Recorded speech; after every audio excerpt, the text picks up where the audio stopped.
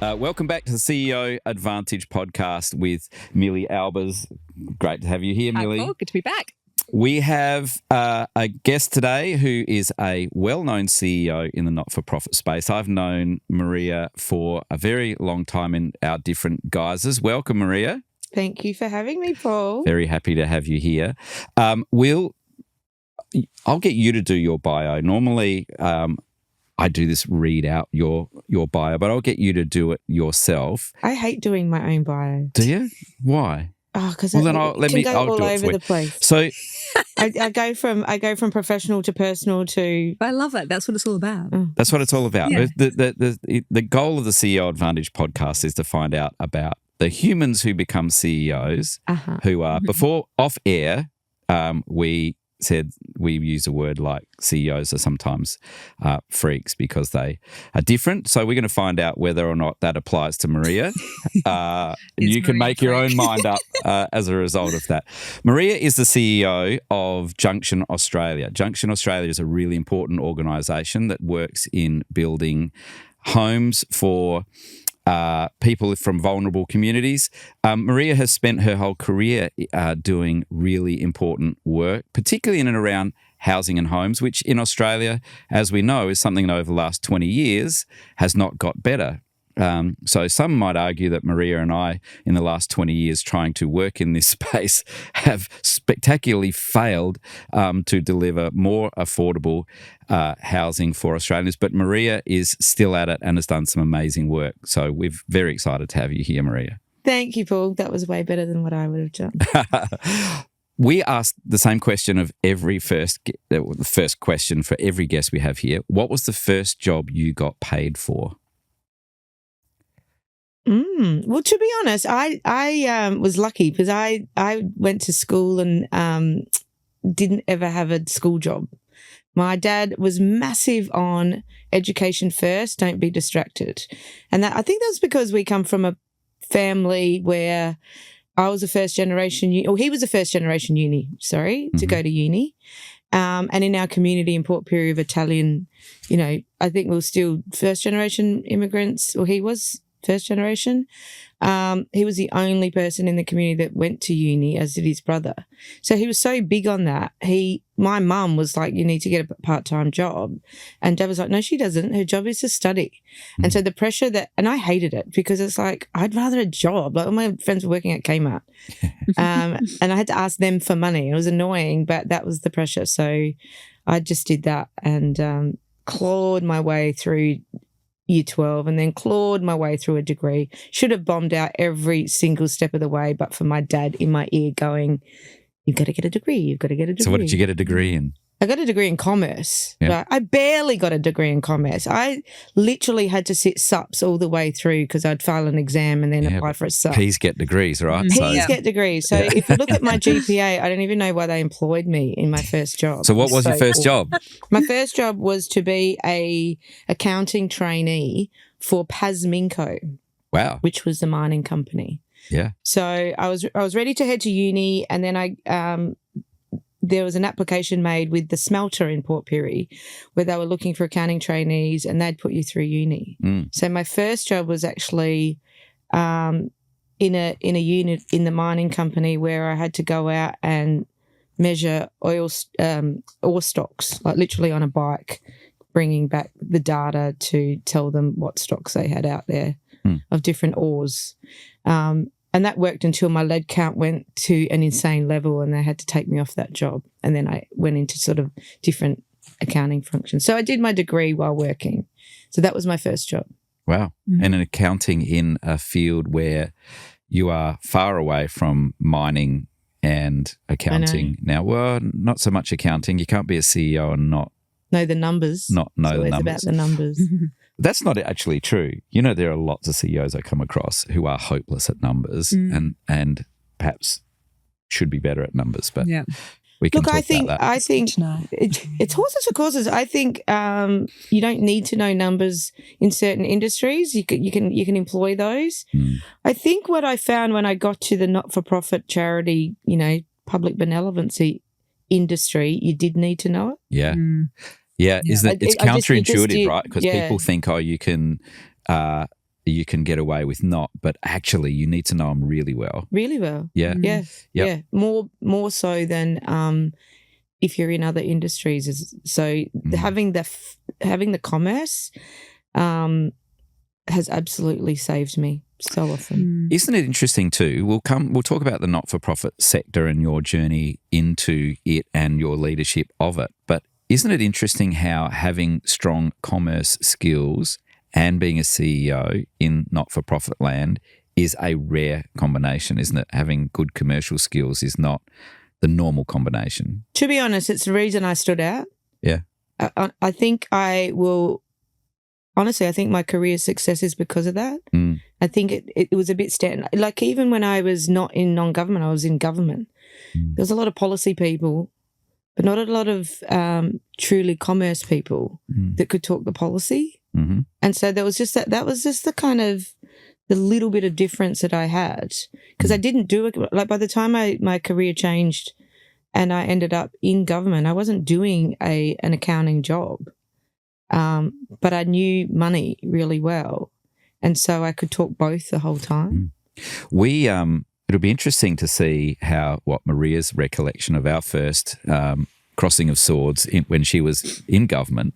That will be fun. But let's talk about when you moved from Port Pirie to Adelaide. Did you move into government from there? Yeah. Yeah. So my story into non-government world was a trip in. So I was living in Melbourne. I was working again for Pasminco, and then I changed to another job, but sort of more commerce.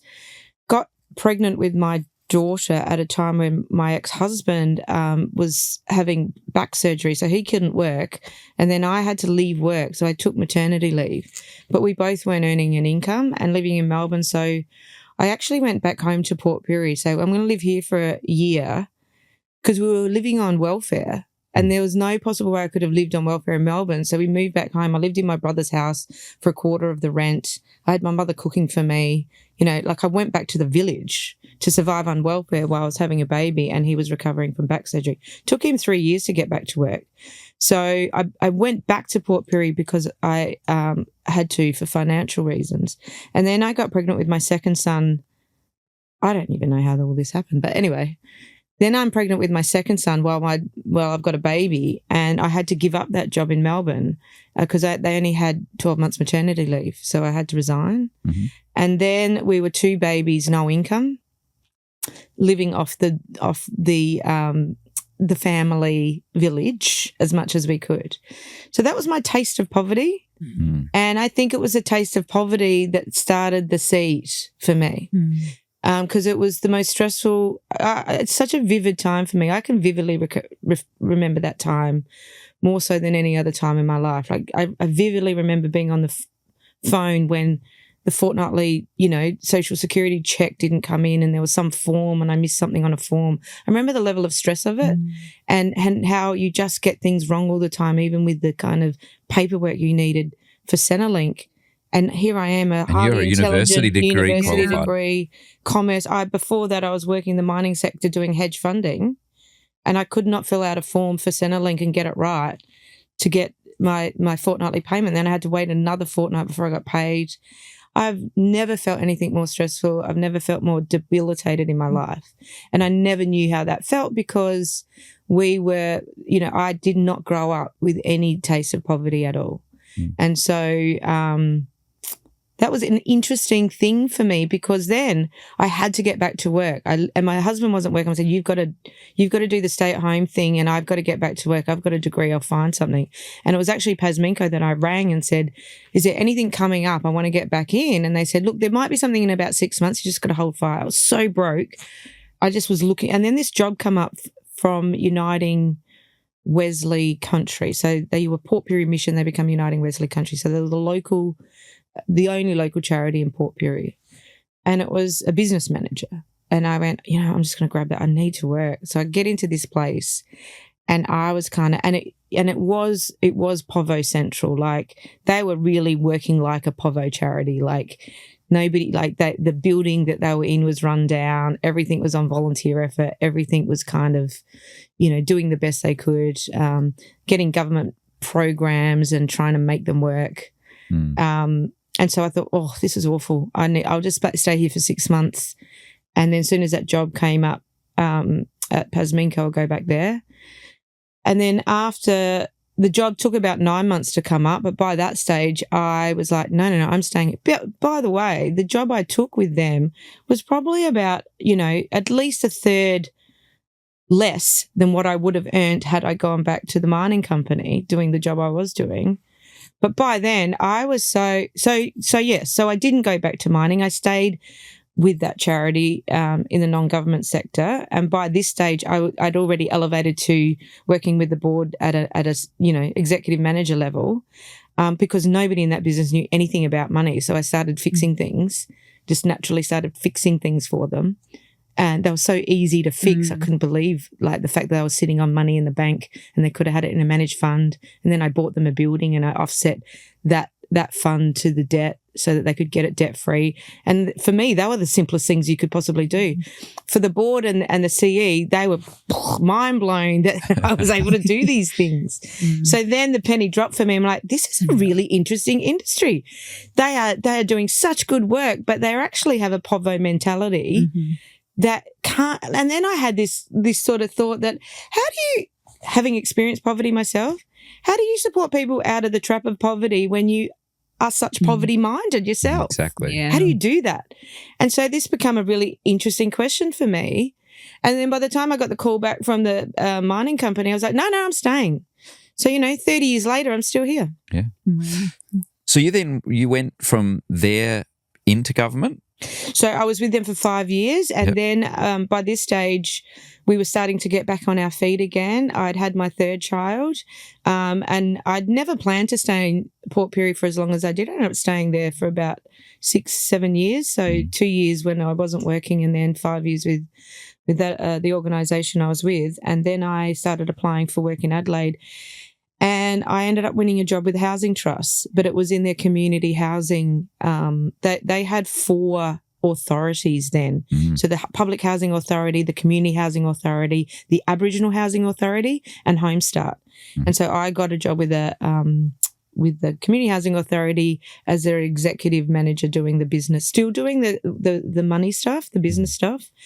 And I when I got that job, I'd never worked in government before, so it was a baptism of fire. It was such a different world. And I wasn't a good writer then. And wonderfully, the board chair was Eleanor Ramsey, who happened to be an English literature professor, who started just editing my writing. She said, Maria, it's so bad. After a year of her editing, I learnt to write. I realised in government, if you can't write, you drown. A lot of writing. And so, that I went within a year, I was already acting CE for that authority, working with that board. So I tended to elevate quickly. Yeah. How did you, because you weren't like other people in government. You're still not like other people in government, but you were in government. And in my experience working with government, if you don't fit in, it can be hard for you, or be hard to navigate, hard in lots of different ways. But you didn't conform, even though government works hard to make you conform. How was that? So, irrespective of the technical aspects, how did you find working in government and being a bit of a maverick? Yeah, well, see, I didn't know I was a maverick. I think it was that ignorance was bliss. Yeah, right. I'd never come through public service. I'd never been a public servant. I'd come out of mining world.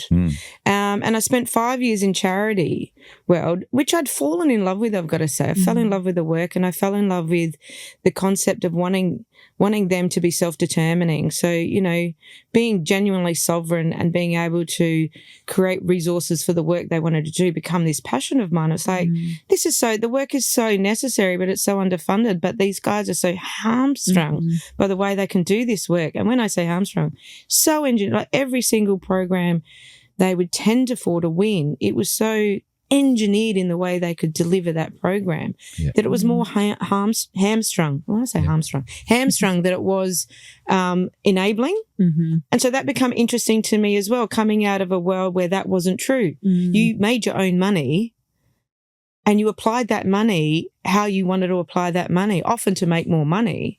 But the freedom in decisions was a given. And I was so fascinated to work in a place where there was zero freedom in how you were able to build that business and build what it did and do it in the way that was best served for what you were doing. You couldn't do anything. You were completely controlled. Such an unusual thing. So then when I got into government, my curiosity was like, why do they do that? Mm-hmm. So what I think the reason I was different is because I just stayed curious. I wasn't there to be a successful bureaucrat, you know, and I didn't go into the charity to become a successful leader of a charity. Neither of those paths was it was something I wanted to do. I fell into it. And so because I never felt attached to it, I was just never attached to it. In fact, my mind was always, I'll be here for a bit, but then I'll go back to what I was always going to do, or because as a child, I grew up with a dad who worked in the mining sector as a structural engineer. He'd programmed to me as you were going to be, and it was always in, you know, he was a neoliberalist. It was always going to be in the wealth world, you know, do commerce and do well. And of course I went into mining because Dad was in mining. And then like that was always in my mind. I always belonged to that world. I didn't belong to this charity government world. So the whole time I was in it, I was actually sort of agnostically curious about it versus wanting to be in it and part of it. And I didn't derive any value from being in it, being, you know, an executive manager in the non-government organisation or being a leader in the government department I was working for. I was never attached to that. I never even felt home in it. And so I just maintained a curiosity. But so what? And so everything, I was annoying. I don't understand why you do that. That doesn't make sense. That doesn't make sense. Why are you doing that? So I wasn't. I don't know if it was annoying. It was different, and it was depending on your, you know, the old. It's not the problem; it's the lens. And sort of because Maria and I met during that time, and I'd not come from the not-for-profit sector in my upbringing, so we'd had a similar sort of thing. I was commercial and entrepreneurial and all that sort of stuff, and sort of landed in the not-for-profit space, and went, "Whoa, look how amazing this place is," and had the ability to make a difference. You could see, you know, with what I had similar to Maria, this was an opportunity to make a difference as well and really contribute what I know, because they know all this stuff that I don't know, but I know something they don't. Yeah. So what a combination, we can do something. Very similar. Yep. Maria and I met when both us trying to build housing for young people, and there was a moment in my career, I don't know if Maria remembers it as vividly as I do, but sitting across a table like this from Maria where we're trying to build housing, and Maria was on the government side, on one hand saying, we have to have all these rules, but equally then saying, but I don't necessarily, you can see Maria having this cognitive dissonance of, I'm going to impose these rules on you, but I don't necessarily believe in the rules because I like what you're trying to do. And we had this face-off over paperwork where eventually I think we got down to government and SYC were co-investing in building this experimental sort of version of housing. And I remember Maria saying, listen, I'm trying to give you $1.5 million. And I was like, you're not giving me $1.5 million. We're giving you $1.5 million. And it was sort of this, well, this is we're both right. How do we get the outcome? And it was rare to find someone outcome focused. So what was interesting, and I think what we did in that instance, it was like, okay, we could be two trains going at each other, or we could go, actually, we're probably trying to do the same thing, just coming from different directions. How do we get the thing done first and we'll clean up afterwards? Yeah. And that was where you were rare, I think, in the space, because you focused on the outcome to get the outcome and were willing to go, okay, let's clean this up later because the outcome's more important than the process. Is that and a fair recollection? And the cleaning up later was probably the thing that was annoying for me, like for people that worked for me or being in government land as well, because I would do a deal like that because I love the deal. Like I love the deal, and I'm trying to get it right because of all the bells and whistles that need to go with any administration of public funds. And I appreciated that really well. But I just was surrounded by so many people that said no because the machinations of procurement and investing public money was so onerous. It was just easy to say no. And that used to just annoy the hell out of me. And so I'd say yes before I knew that I could. And then the cleanup was kind of more than usual, I guess, with people who were in similar roles. It's like, I'm not a details person. It's like, can you figure it out? I'm sure. So retrofitting cleanup was something that was common with people that had to work with me. But what happened in government, as government became more and more and more fearful of procurement and public funding and the administrative of it, and this concept around the ICAC, and this concept that there was maladministration and there was fraud and there was misuse of funds. That wasn't true. That wasn't true. But it becomes this grew legs. This perception grew legs to the point where it just got more and more and more crazy. And now I think it's just out of control. There's a very powerful culture, isn't there, of particularly in and around government and elected members of making sure nothing sticks to you. Yeah. So as much as you can lay off blame or lay off risk, lay it off outside of government. And that seems clever on the inside, but it's actually so destructive, isn't it? It just really locks in this really disingenuous approach of going, we focus on a process to make sure we've got our ass covered, as opposed to, but you forgot what you're doing. You're trying to do. And the process is now driving everything. Now it's worse now. So by having that kind of perception blow up, and then there was more and more and more red tape on every dollar, people lost the intention and what the outcome. They lost the sense of why you're doing it. What is the purpose of this thing? What do you want to do? What is intended? Let's make this work. And if you didn't follow the bouncing ball of the process, you couldn't do it.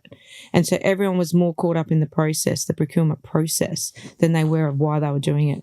What I think it's actually resulted in a lack of investment in a lot of areas. We've got a real terrible lack of investment in infrastructure now. And there's a lot of expenditure that should have happened that didn't happen. And I guarantee it was that process and the challenges of that process that stopped investment. The housing trust is so run down, with its biggest problem being the housing maintenance of a rundown asset base. But investment was the reason. They just wouldn't invest. Yeah, but we did it to ourselves as South Australian and South Australians. Again, we had a fund called the Affordable Housing Innovation Fund, and that fund was topped up by the government couldn't sell a property and put the money back into the accounts. It went into a fund to build more properties. So if you sold a rundown property, the money went into a fund called the Affordable Housing Innovation Fund, and that money couldn't be spent unless somebody came along and matched it. So it was a brilliant, simple scheme. I call it a bit like an old first-generation migrant. It's like cash. How do we get the cash and double the value of the cash? It was a simple system, an elegant system that there was a change that the Treasurer made and the government at the time made to try and close what was perceived as a state debt. Well, it is a state debt, but closing the budget. And so this tiny little tweak where they put that money into general revenue collapsed. Disappeared. That money money vanished. That's the abyss. And that was the abyss. Disappears. And from then on, then the other observation I was making when I was in government is that there was a continuous investment in administration that was increasing at a rate of knots, and what was decreasing was investment in infrastructure. And I was perplexed. I was going, the infrastructure is what you're here for. Your infrastructure, whatever it is, if it's water, it's the infrastructure. If it's housing, and I was with the housing trust, that housing is your infrastructure. It's your asset. It's your base. It's everything. Now, because I come from a commercial world, I understood the first thing you invest in is your infrastructure. and then you make the administration work of it, right? Mm-hmm. This was a dead opposite. Mm-hmm. The administration was just going up and up and up, and the investment in infrastructure was going down and down and down. It's no rocket science why we're in the problems we're in. Like, but the spending in money and services and money and services and money and services, and guess what? You look back and go, what did that do? Yeah, nothing. Yeah, if you look at employment services, and now we're seeing this in NDIS and in the trouble that the disability sector is in is because of exactly what Maria is saying, is that if you look at it started in employment services, government outsourced employment services, organisations, mostly not-for-profits, really delivered services. There was a margin. They could take that margin and reinvest it. And the bureaucrats, which was really interesting, couldn't stand the loss of control as part one, and then start this narrative around they seem to be making money and decisions without us. And so what happens is you get this closing down, an increase in bureaucracy, increase in compliance. There'll be a shout of fraud at some point. We'll find somebody who made a mistake, we'll shout fraud, and we'll claw back control. What happens in those spaces is, other than robo-debt, what you do get is the not-for-profit organisations have to, in order to claw back margin, start to make compromises. What never compromises is the bureaucracy. Their head count never goes down. Ever. Theirs goes, and you can see there's inverse proportion of, you'll see compliance staff working for government and a reduction in staff in frontline. That's exactly what I saw. And then government will say, the problem is we're giving these not-for-profits this money to deliver frontline services and their staff numbers are going down. Let's increase the compliance, and their numbers go up, numbers go down. It is diabolical, isn't it? Yeah, and so in my whole career, and I've been in the space over 25 years now, it's been watching that happen. Just and again, it's I was obviously part of it as well, but I always adopted more of a helicopter observer view. So I was constantly watching this and curious about it and watching it. I wasn't defending it. I think a lot of people, when they defend it, there's all great reasons why you need another employee, because there's more compliance and we've got to double check again and we've got to double check again and we've got to move that paper a bit more. But now what we're doing to ourselves in our over-regulation and over-compliance is that if you take the wicked problem that is now a housing crisis, that was built over 20 years of exactly what I'm talking about. Now, when people say, what is the cause of the housing crisis? What did we get wrong? The first thing they'll jump to is it was immigration. Too many people, not enough houses. Bullshit. Yeah, absolutely. I'll tell you why that's bullshit. Every developer I know, every housing builder I know, every construction, every trade dude I know would have built enough houses for those extra people in a nanosecond plus some. You know why? Because those people were buying houses and it would have made them money. And there would never have been a gap between supply and demand, no matter how many immigrants you brought in. And so what's happening now is people are applying for a house. They're trying to buy a house and they see a whole bunch of new Australians there competing against them for this one house. And they're going, it's their fault. There's too many of them. No, we didn't build enough houses. There shouldn't be that many people. It's not about who's competing for the house. It's the fact that there's only one house with all of you competing. There's a reason there's only one house. The reason there was only one house is that the Australian industry's ability to build a house went from we could get it on the ground in 3 months to 6 months to 9 months to 2 years. 2 years. Why did we go from that to that? So therefore, as people were coming in, people come in because the country's growing. As every country had people go in. Every country has that. People move, people shift, Making that the problem is the most ignorant thing you could possibly imagine politicians coming out with. Yeah. What happened was when the real people with the real, when I say the real people, the people that have the real data to examine this problem said, it was compliance, 100% compliance. That meant that the time and cost it took to put a house on the ground blew out to the point where we could not keep up to demand. And now South Australia is a perfect example. South Australia did not have population increase. in the years that was happening in Sydney and Melbourne, it wasn't happening in South Australia. We weren't getting the population. We were getting population decrease because no matter what immigration was coming in, we were losing more faster. interstate, right? So we were getting population decrease. That's why our market held until we had a slight uplift. The uplift, again, wasn't immigration. It was interstate migration coming back, and it was the tiniest uplift, blew our market up. Why? Because it was on the cusp of not having enough supply. We were in an undersupply position that was just holding, not blowing out, but it was still an undersupply. And that goes more. It was all because you couldn't get a house out of the ground because you had to be compliant in so many areas that it took forever to get there. So if you look at the process of building a house, before you could go and get planning, then there's just, and all of these, there's all good reasons for this. Yes, it's accessible housing, so you needed to be that star, and then it was about environment, and you needed to be that star, and then it was about the soil, and it needed to be this. But what they did is nobody figured out how, if you needed to have all these things to build a house, and there's a lot of them now, why couldn't we just have it in one process? Because every single area of government that was worried about that one thing, whether it was an environmental thing, whether it was an accessible thing, whatever the thing was, whether it was a council open space thing, it was all done in different spots. So when you have to navigate this thing, I have to get compliance here and then here and then here. Oh, and then we brought in another thing. It had to have 15% affordable. That's another area that you've got to get. So by the time you navigate this system, you're already a year in the process of getting your compliance ticks. And then when you go to the ground and you can start constructing, there was a whole nother process to get the water connected and the power connected. And now this sounds really simple, right?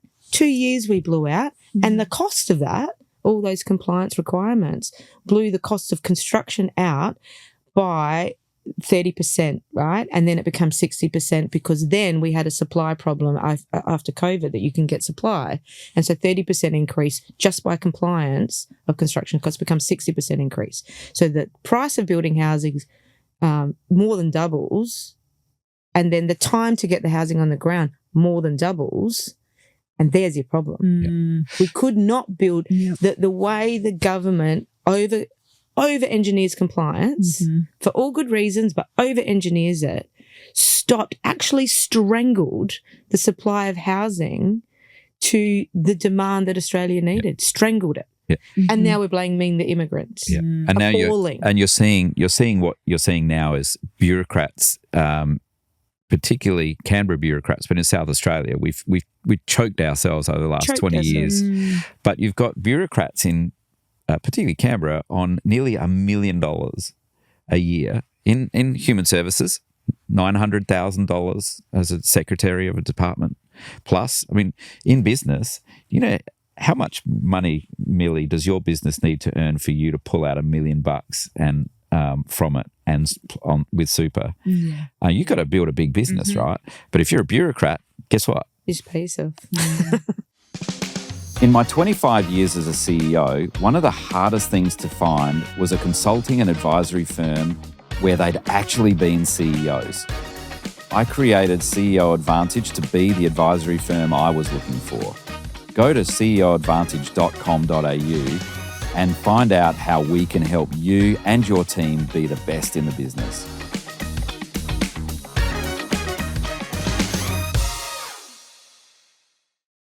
Money. I mean, look, I think I'm. So you're not going to change. It's not in your interest to change that dynamic. And unfortunately, in Australia now, we're kind of choking on that. We're choking on that now. Yeah. So what are you doing, like, in all of this to?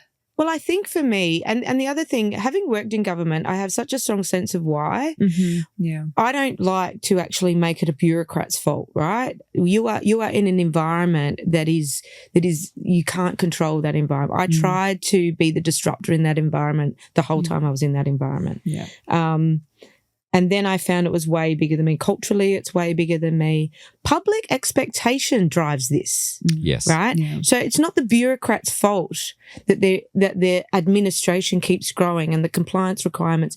Public drives this through media and through a opinions about everything. And then you've got politicians wanting to meet everyone's need, who's just adding, or add this to it, add this to it, add this to it, add this to it, right? And can't make mistakes. Yeah. And which is never not make a mistake. Yeah. And so things get slower and slower and slower and slower, and the strangulation occurs. So I think the biggest problem that we have now is we're not even acknowledging, because acknowledging the cause is not blaming those who have to administer the cause. And that's what I'm really big on that. Don't blame a bureaucrat. You've got to work in there to understand how hard Don't that do is. who. Don't name names. Don't 'cause that's not, these bureaucrats. It's not them. it's not them. It's Yeah. not them. This is imposed on them. I know as a bureaucrat, it was imposed. Yeah. And it's imposed by the public. Yeah. And it's imposed by the media. And it's imposed by politicians trying to get the vote, right? And we keep adding these things, right?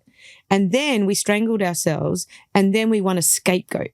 We want to scapegoat somebody without going to the cause. Who's to blame? is the We headline, caused yeah. this as a collective community Mm-hmm. because we wanted everything to be so bells and whistles that we made it impossible for ourselves to build housing at a cost and in a timeliness that met the demand. And the supply went out. And that's just what happened. And we're still there.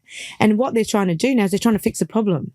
Let's stop allowing immigrants to buy houses. Let's stop immigrants from coming in. I'm sorry, we have a skills shortage. Part of the problem in building houses and everything else and growth is a skills shortage that we can't meet locally. So have you noticed as well in the 20-year window that we're talking about, one of the things is this problem solving. Problem solving is the problem because rather as opposed to solution creation. So the idea of problem solving says, well, the system is the system, so let's keep fixing the system. Actually, the system's broken, and you're getting ministers now saying the system is broken. It's like, nice that you said that, but what are you going to do about it? Yeah. What does that mean? What does that mean? Because you can't not agree that the system is broken. But the system is broken so people problem solve by saying, slow down migration. That wasn't the problem in the first place. Cause. That's not the cause. But however, for the people, if you take a solution creation approach and you said, a solution creation approach as opposed to problem solving says, well, what would the ideal solution look like? To start with, you've got to imagine in the first place, which is what Maria and I were talking about, is what's the outcome? Forget the paperwork, forget the system. We can come back to that because you'll get dragged back to it anyway. But problem solving doesn't. Problem solving says, well, let's do root cause analysis and find a problem. Must be migrants. Actually, so your process just came up with the wrong answer. If you solution created and said, hey, South Australia needs migrants. We've always needed migrants, from the Germans and the Greeks and the Italians. And so it's always been the case. What would it take to have enough housing and affordable housing for everyone to live a happy, dignified, live well? What would that take? Yeah. What would that take? What do you think? Well, for a start, what it would take is us to do a couple of things. One is to go back to the idea that housing is a right for everybody. Now, it doesn't mean you have a right to home ownership because some people have different, but everybody should have a home. We had a huge South Australia, a huge infrastructure around public housing, but it was called workman's housing back in those days. So how would you see a return to workman's housing and that approach that people coming in and having workman's housing? Now, in the period that Maria was talking about, the South Australian government was supposed to have built 8,000 houses in this 2007, 2008 stimulus packages for those of us old enough to remember stimulus. The South Australian government signed up with the Commonwealth government to build 8,000 public houses. Do you know what it achieved? Minus 1,400. We sold 1,400 and didn't build. So we went backwards 8,000 houses. Now, you can't go back in time and undo that. However, you have to make up that stock. And so one of the barriers to learning from the past to try and create a better future is the denial of the past. Yes, exactly. Because what happens now is that, the nature of government and the public sector works in a political environment. They answer to the politics. And so the politics doesn't accept responsibility for anything that was wrong. We just try and find ways to make it look right. So one of the politicians in government at the moment was one of the politicians then. And all that. So what happens in bureaucracy, it's a really bad thing to say we f*** that up. Yeah. Like, it's really bad. Well, the public doesn't let you say it. Nobody lets you say it, right? And so the ability to learn from what we got wrong is impossible. So we still keep making the mistakes over and over again. My whole time in housing trusts and I was in Renewal SA for the same time. I cannot tell you how many 1,000 homes in 1,000 days we were going to build, 1,000 homes in help. So what's happening in the last 7 years? There's always these announcements. We're going to fast track housing. We're still saying it. We're going to fast track housing. Do you know that because I was aware of those programs and where they started and who's working on them, those programs of 1,000 homes for 7 years, it's still that 1,000 target hasn't been met. Because what they did is they re-announced it. Starting from minus 8,000. But even if you were starting from a point to say we need to have a program to get 1,000 homes in 1,000 days, or okay, that was a bit short, 1,000 days, maybe we make it over this period or that period. Every single time that got re-announced, it was the same 1,000 homes. Every time. So what they haven't acknowledged is it's taken you 7 years that you've been announcing this same 1,000 homes and you still haven't built 1,000 homes. Why? Because that is fundamentally why we don't have enough housing supply. The barriers that you had in building those are the same barriers that everyone had everywhere. And because you weren't addressing the barriers, which was all this compliance stuff, nobody can build 1,000 homes. It took it 7 years and we haven't even quite hit the target yet. I think we're up to 800, which is a program that even the program that we're talking about now that's being built right now in the Housing Trust is the same program that they announced 7 years ago when I was there with 1,000 homes in 1,000 days because I was in charge of that program. It's the same program. They just didn't get there and then re-announced it, then didn't get there and re-announced it. Then some years they didn't build anything. You know what I mean? And so this is the you know, what are those shows, Utopia? It's proper utopia. It's kind of, oh my God, really?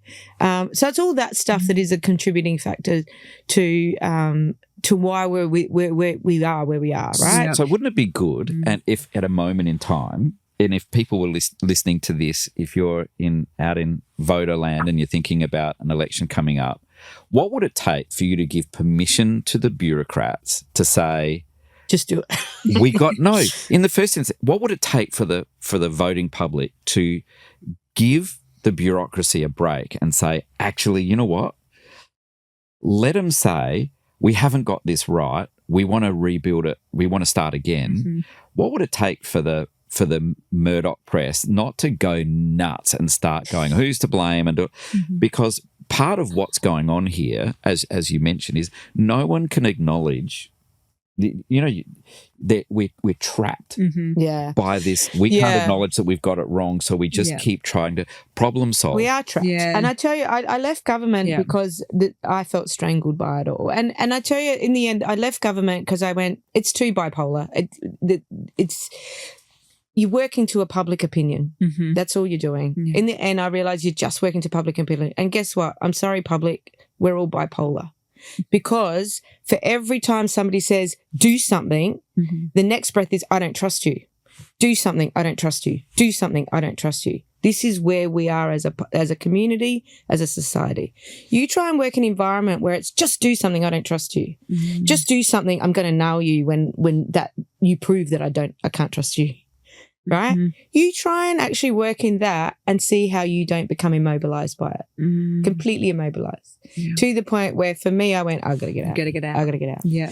And that's when I went back in. So my career has been government, non-government. So like I said, I went into government, did that for a bit. And then there was this cool little startup company and there was a whole bunch of amazing people that were behind the startup company, and it was a great opportunity for me to get my first CEO's gig in a startup environment with me and the board.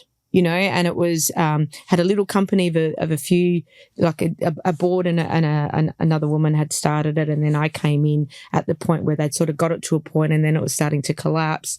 And then I got the call actually from Theo Maris, who was the chair at the time, and said to me, "You got to come in. This thing is good. This board was one of the most impressive boards in Adelaide. I mean, these were the mover and shakers of Adelaide sitting on this board, and this thing was ready to fall over."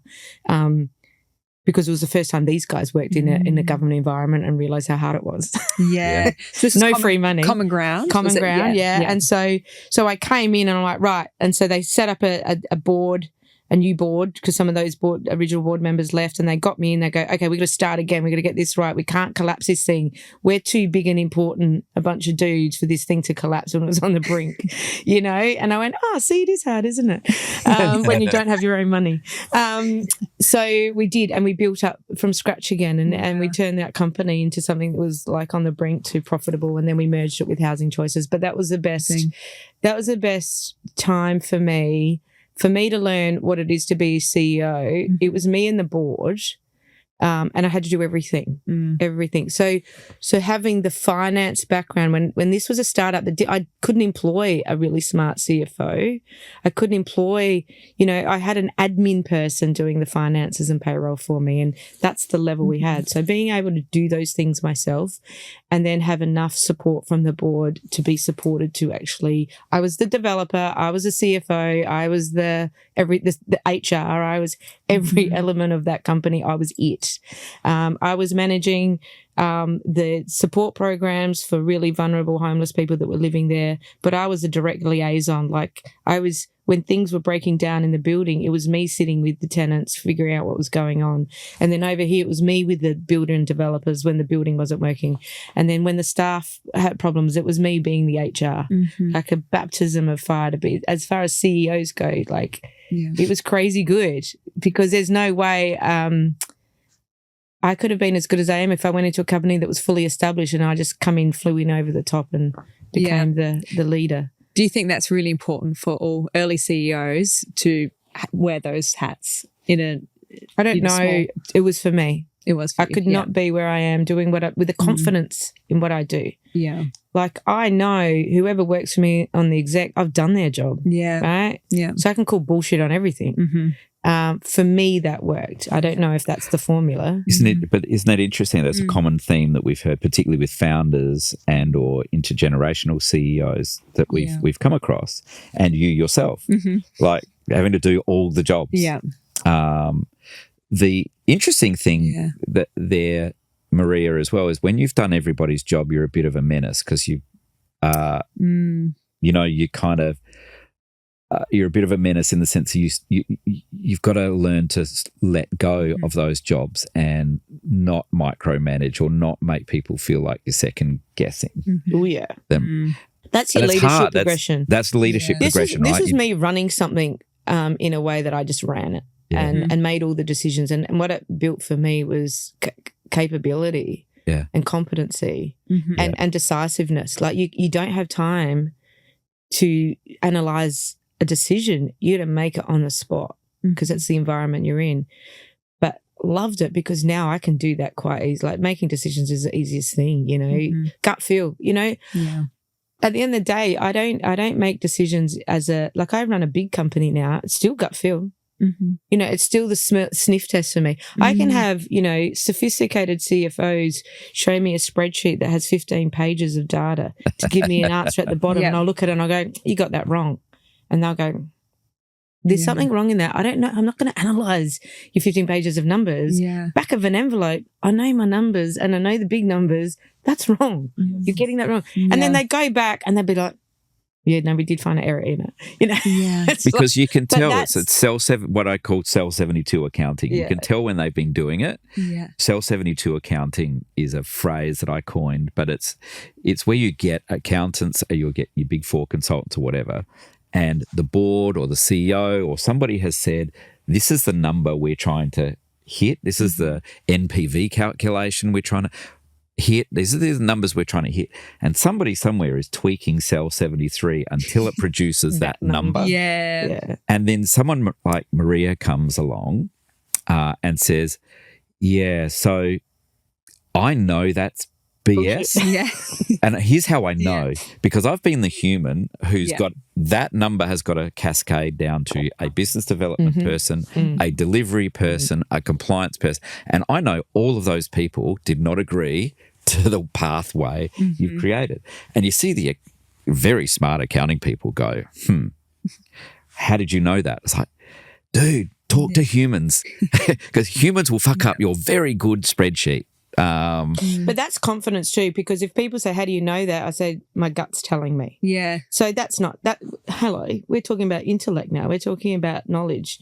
Gut doesn't play a role in this. Can we talk about I like how you call it the sniff test and the gut. So how do you use that when it comes to hiring? Like, what are your, indicators of, that feels like a good match, or they feel like a good, person for the team, or for the do you know, role? it's funny. I don't even define it sometimes. I think over the years and years of hiring people and learning from what you got wrong builds the gut feel, builds the sniff. And so for me, it's like, it's actually all my stuff ups that have built that muscle. Because I remember that horrible time where it took me a year to get rid of that person that was so damaging to the organisation. And why was I so convinced by that person? What was the red flag I didn't see that I learned afterwards? And so it's wisdom is built by experience of what you got wrong. Because it's you build those things in the messiness. But you have messiness because you're not afraid to get messy. So it's a combination of you're ballsy enough to make a call and make a decision and then just go with it, like without second guessing yourself. You get it right or you get it wrong. You get it wrong, it gets messy again. But it's the confidence to know that even when it gets super messy, I'll find my way out of the mess and back onto I'm drowning right now, and I'll get myself out of it. And then that muscle of gut feel and sniff and all those things those memories of what you got wrong are vivid. The things you got wrong are vague. And so it's a muscle that you build over the years of the things you've got wrong. So if I say to you, now when I'm talking to somebody, I can sniff out, there's something not right here. I can't even pinpoint what that is. I just know it's come from a progression of those really bad experiences that nearly drowned me, and then sitting and reflecting on what did I miss? What did I miss? Where were the red flags? What didn't I see? And it's a decision That's the muscle you didn't build. make, isn't it? Isn't it always the case? A second guess thing. Where you go, I knew it. And it's not that we talk to people about this all the time. Decide. If it's wrong, decide again. But because when it goes wrong, it's because you knew it and you didn't decide. So for me, and it becomes evident. I listen to too many people, and it's always, every time, it's like I felt something in myself, and rather than just sit in what I was feeling or what I wasn't trusting, I second guessed myself and then listened to others. And just didn't listen to myself enough, or just didn't sit in the space of trusting myself enough. And it was that happened every time. That I listened too much to others, and then I went in a direction that I don't really think I would have had I just sat with myself and listened to myself. Does this become easier because you're in a bigger organisation? So in Milly, when Maria was talking about being in a startup and early stage, where the consequences when it's little, or emerging like yours, the consequences are so much bigger that when you're in a larger organisation, the numbers you are can bigger. carry it. But you can absorb it and carry it, or you've got people around you. But in your business, so that's where the real messiness happens, because every mistake is a collapsible thing. You're that little, you're that on the line. And so the effort to take to recover is actually an effort for not collapsing. And it's like this organisation of recovery is on the brink of collapse because it was one or two little because the thing is, things are built on assumption. At the end of the day, you've analysed something, you've modelled something, you've convinced investors to come into it, but all of that is, you haven't done it yet. There's a lot of assumptions in there. Then there's a couple of assumptions you got wrong that you discovered on the ground that you had to recover fast and hard and with a lot of effort. And then you didn't collapse, you made it, and then you got to the next level and the next level. Big companies like mine now, we can cover I could have a building that's worth 60 million. Like I've got doing some massive transactions now. There's 500 million worth of transactions I'm working through now. So now we're structuring the company such that I isolate each one, so that if one of them failed, the rest doesn't collapse, but I can fail that one. So there's something actually safer about big than it was that I ever felt when it was little. Yeah. So can we talk about a bit about your purpose? Is such a big part of, working for everyone in your organisation. Junction needs to have that strong purpose. How do you, when hiring, do they come with that purpose and drive already, or are there some situations where they've got an amazing skill set that you're okay, I need your skill set and the purpose will come later? All of it, right? Because I think, and again, it's horses for courses. I think when you're small and little, you've all got to be online with this purpose, know it, live it, breathe it. It's got to be in your soul. Yeah.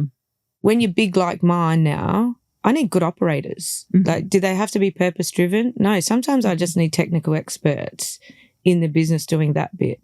And sometimes I've got to need people that are just really good operators from a transactional sense, because they've just got to enjoy what they do. And it might not be an altruistic purpose drive, because they're doing some boring transaction work, and I need that as well.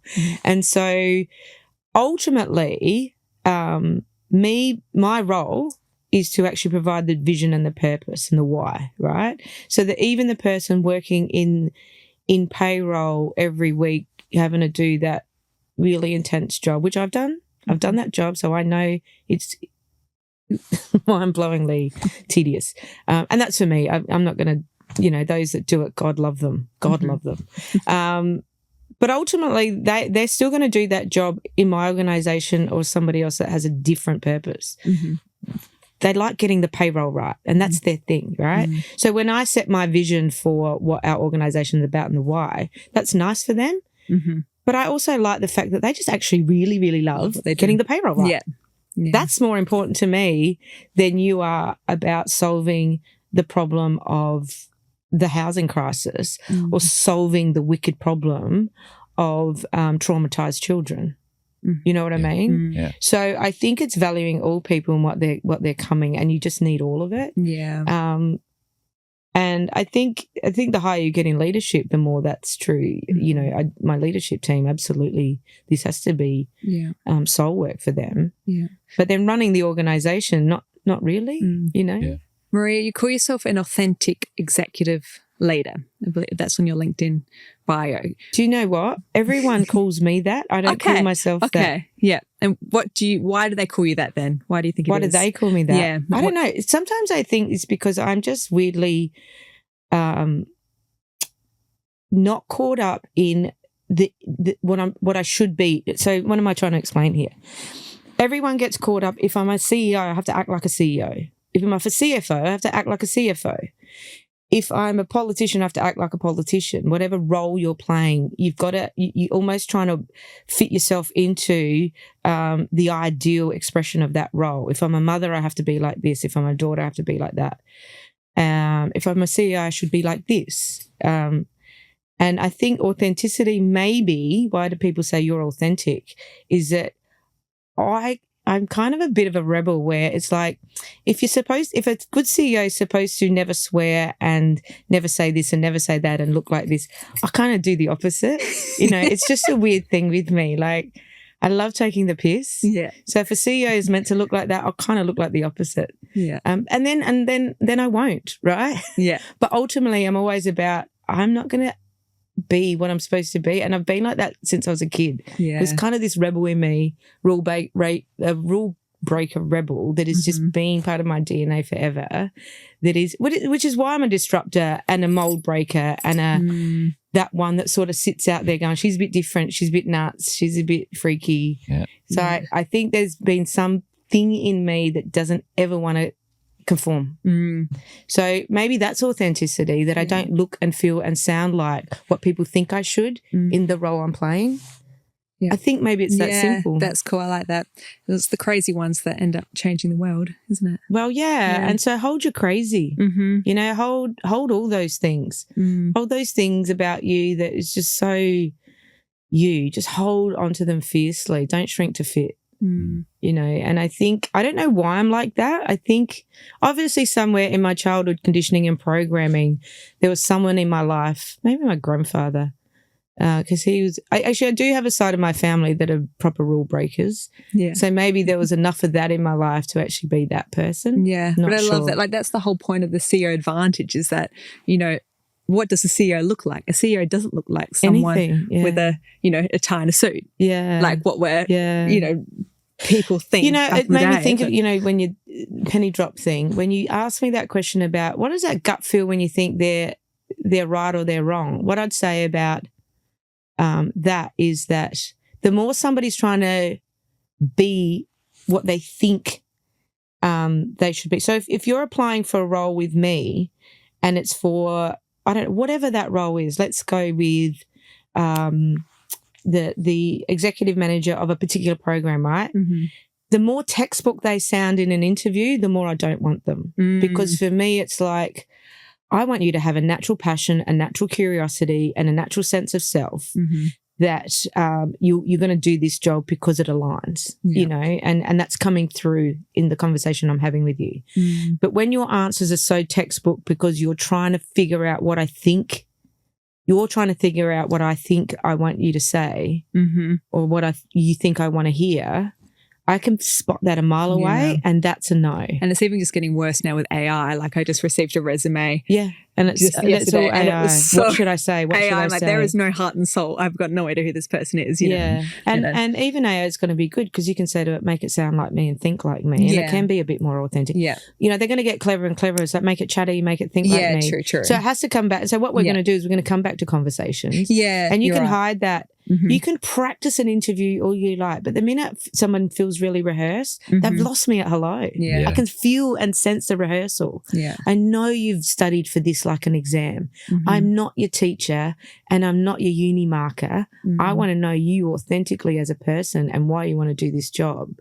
I don't want those answers. Yeah. You know what I mean? And that's the thing for me. And you're seeing this a lot, Milly, in really carefully curated, like you've even seen curated authenticity, which is like what a paradox that is. But this idea that particularly I'm seeing with younger people of like it's got to be really manicured, curated, it's got to look like this and all of that sort of stuff. And we had a conversation the other day at Milko with your young team, and Maria's of the sort of same era as me. We were saying the boomers are moving out and the X's are now starting to be in charge.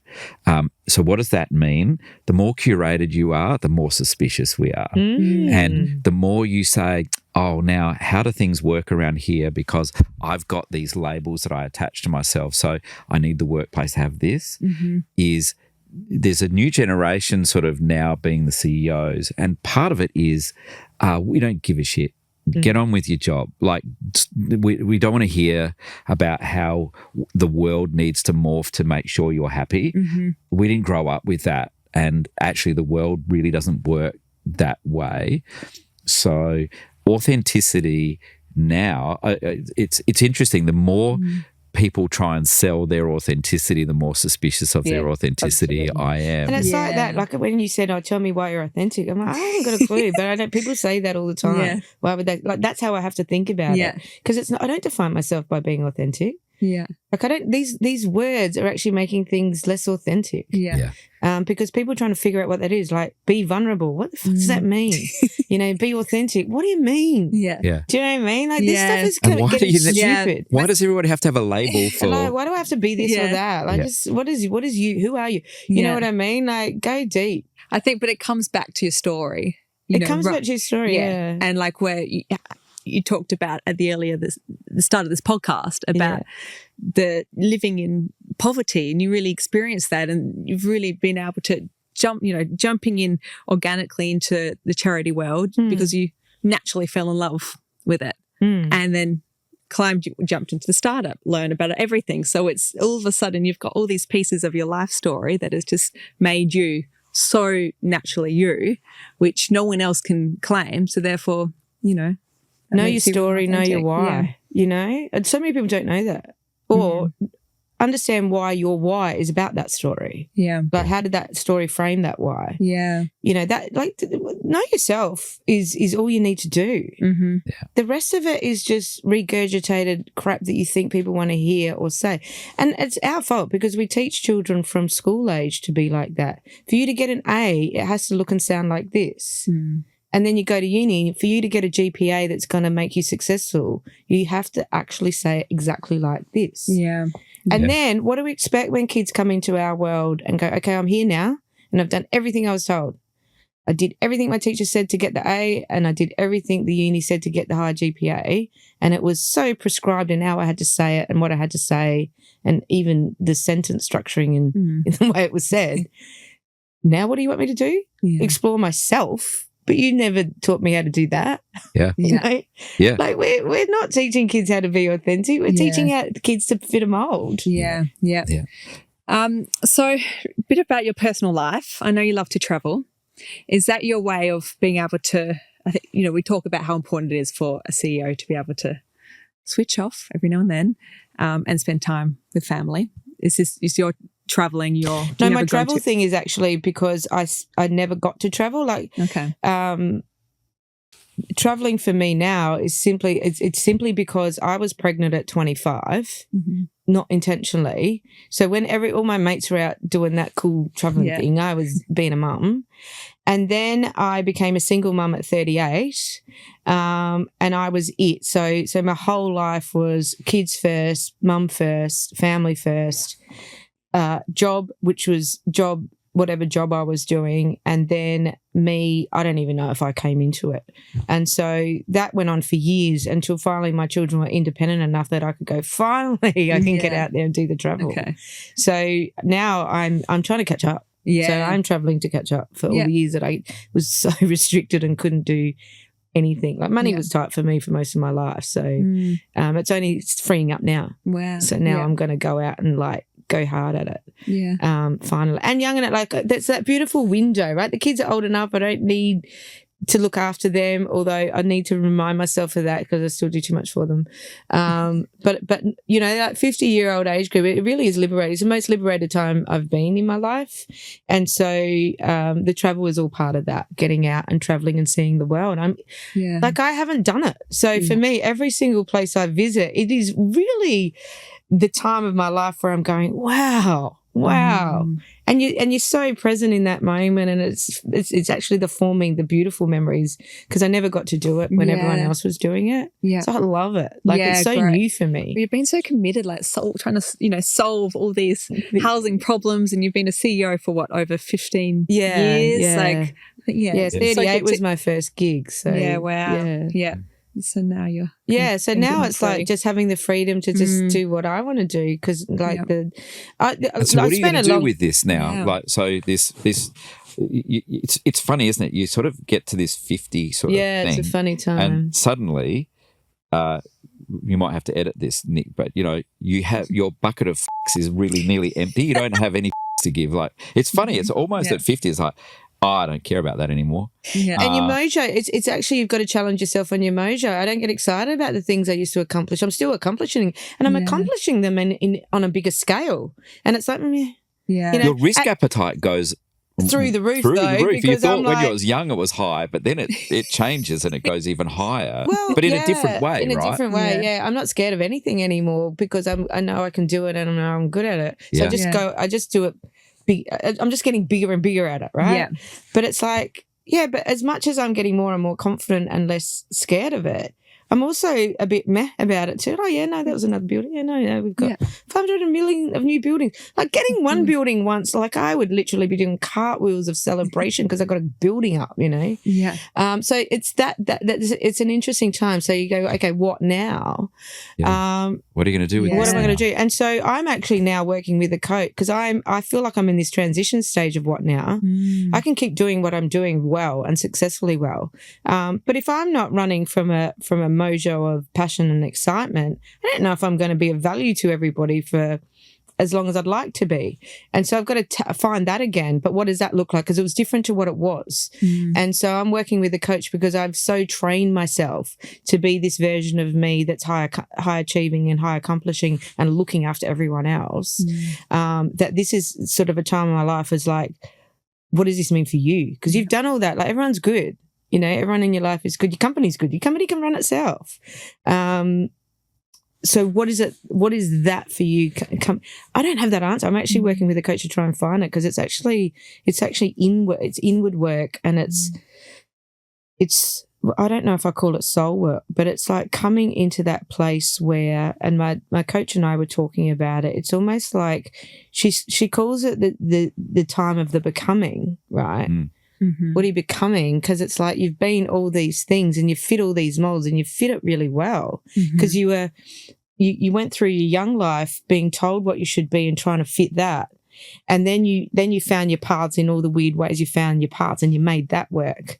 And you learned how to actually align that to your sense of purpose and passion because you realized then that that's when you did your best work. So you went more and more into that. But now it's like, now you've got the freedom to just become whatever you want to be. Yeah.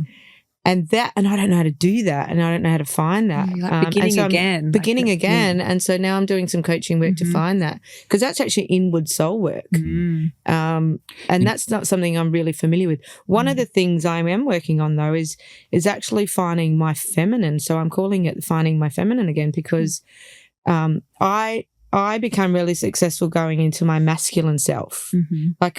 He's nodding because like I'm an alpha in a big way. Like I can hold a room, I can dominate a room, I can be intimidating whenever I want to be. I can be warm too, but more intimidating, and I'm trying to shift the pendulum from, a lot intimidating and a little bit inspiring, which is how I've achieved most of my stuff in brutal environments like government environments, like, environments where you're always hustling, right?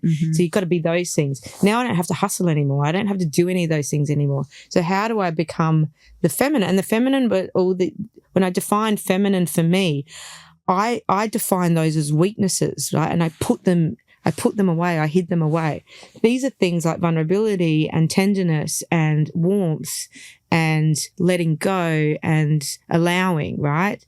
Being receptive, creating space for others to come into the room and stepping out of it.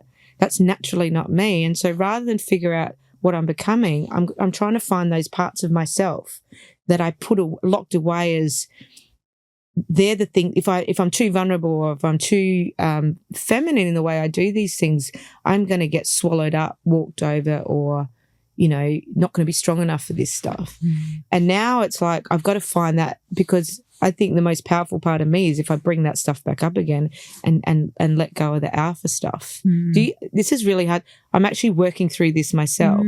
So rather than focus on what I want to do or become, I'm actually focusing on me, on what I want me to be more of, and finding my own sense of self. This sort of discovery thing happens often for really successful people.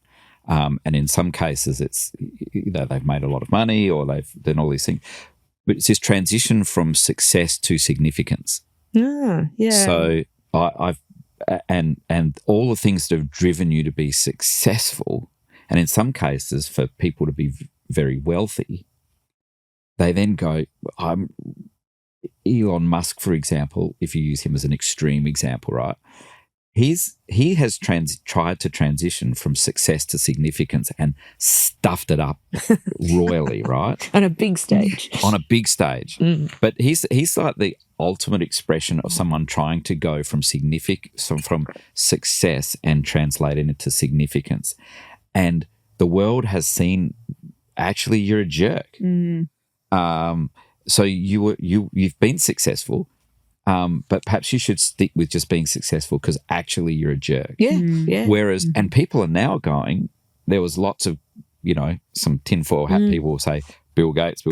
But actually, now that you've seen Musk come out, people are now starting to compare him to Gates and go, yeah, Bill and Melinda Gates set up a $50,000 million trust to say, we've got plenty and our kids don't need all of this, so they'll have enough.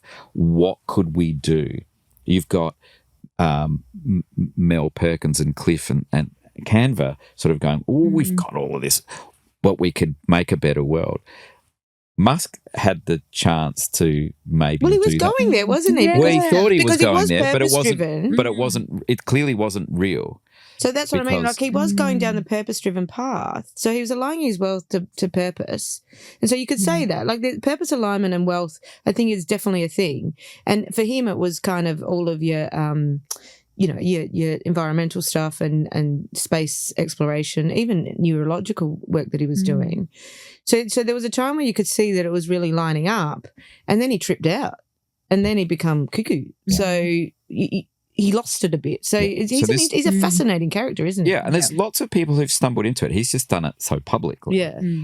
But there are a lot of people who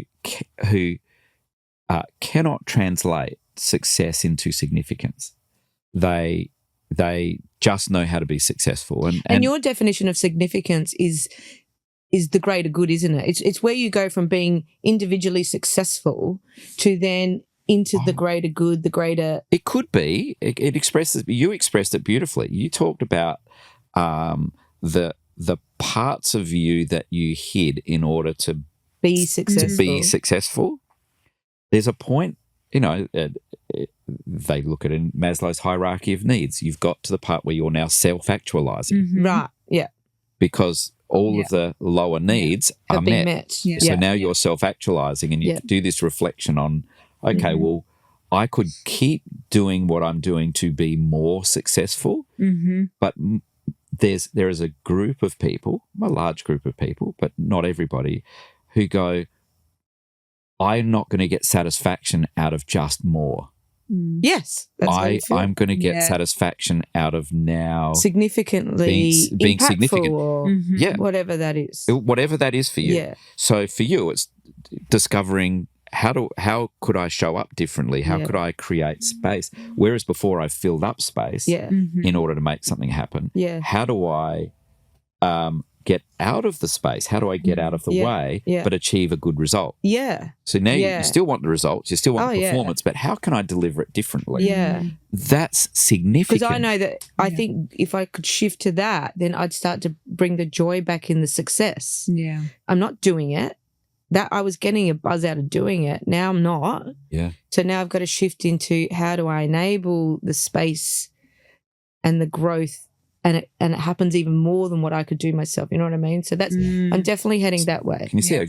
So great leaders get out of the way. Yeah. Yeah. But they don't. You can't. If you're early in your leadership career, you carve the way, you lead the way, you do all that sort of stuff. You can't get out of the way at the start. No, you've got to. But if you're really good, you get to a part where it's like, you notice that you're starting to be in the way.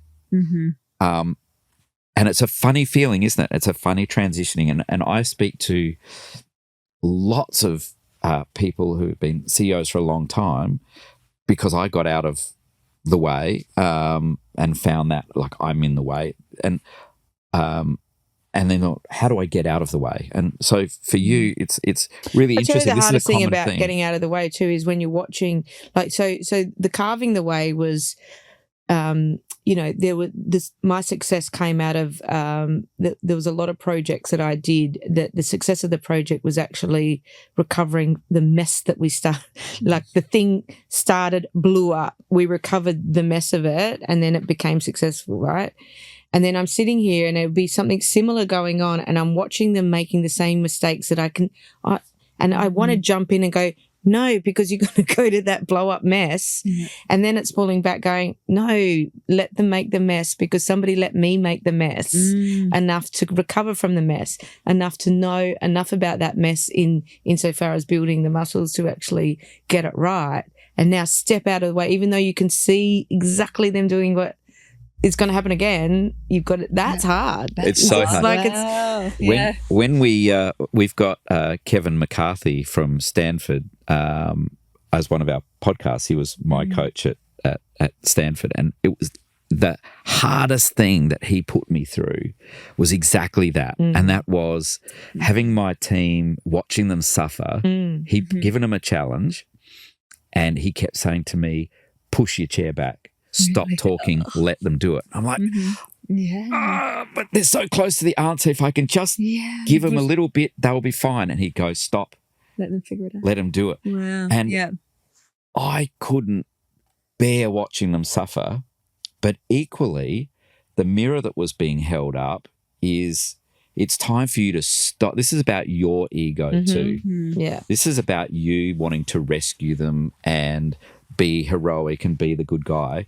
And what he kept doing was pushing me away, going, don't. And I remember ringing Kirsten and she's going, are you having a good time? I said, I'm having a terrible time.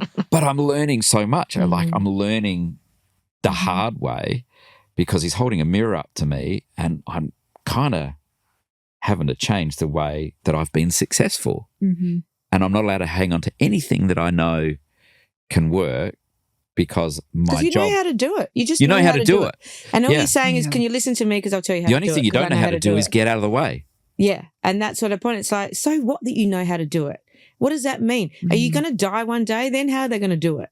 Do you know what I mean? Like, stop. You like get over yourself. Yeah. Like let them find their way. And you know what? Maybe the way they do it is different to the way you're going to do it, and they'll still get there in a different way. Mm. Like, you know, and I have struggled with that, but that's the work I'm doing now. It's Maria, a decade ago, how would she have reacted to that? get out of the way, you idiots. Let me tell you how it's done. Indeed. It's time to start wrapping up, but I'd like to know on imagine it's one of those days where just things have happened. You've had a bad day. You're in a bad mood. In fact, you're in such a bad mood, you like being in a bad mood. Like, I'm just going to let someone have it. And a song comes on the radio that no matter how mad you are and upset you are, the song comes on the radio and it makes you sing and it makes you smile. What? Do you know what my one? What's the song? Yeah, there's different ones because I don't like playing the same song. I get bored. The one at the moment that is that song is Chicken Fried. You know, I like my chicken fried. How do you not get into an instant like, oh, I like my chicken fried. Cold beer and a cold beer on a Friday night. Pair of jeans that fit just right. Tell me you don't instantly go, yeah, I can't help but smile. And if you listen to the lyrics, it's actually, while the chorus is so fun, the lyrics is they're literally saying, you know, the simple joys of life is what it's all about. And it is a song about the simple joys of life and what makes you happy. Yeah. And it's the happiest song ever. So yes, right now, I actually use that to get myself out of that. Because I can be brutal sometimes. Sometimes when I'm in that mood, full ego tripping, and the alpha, she's there and she's ego tripping. I'm going to rip somebody in your arsehole. Do you know what I mean? It's like, oh my God, you freak. And then let's get the chicken fried on. What a great way to finish. Maria, it's been fantastic having you. I knew it would be a fantastic conversation with Maria. That was Maria. awesome. Thank you. Yeah, no, I loved it. It was so fun. And thanks for your soul searching. Yeah. I bet you're going to be listening to that song all day now. Chicken fried. It's going to be. We're going to have a CEO Advantage Spotify playlist, and you're going to get the chicken add fried to it. on. You cannot be an arsehole after that song. So good. That'll be on the shore. Have that song. You can't be an arsehole with that song. Awesome. Fantastic. Thank you, Maria. That was excellent. Thank you. Loved it.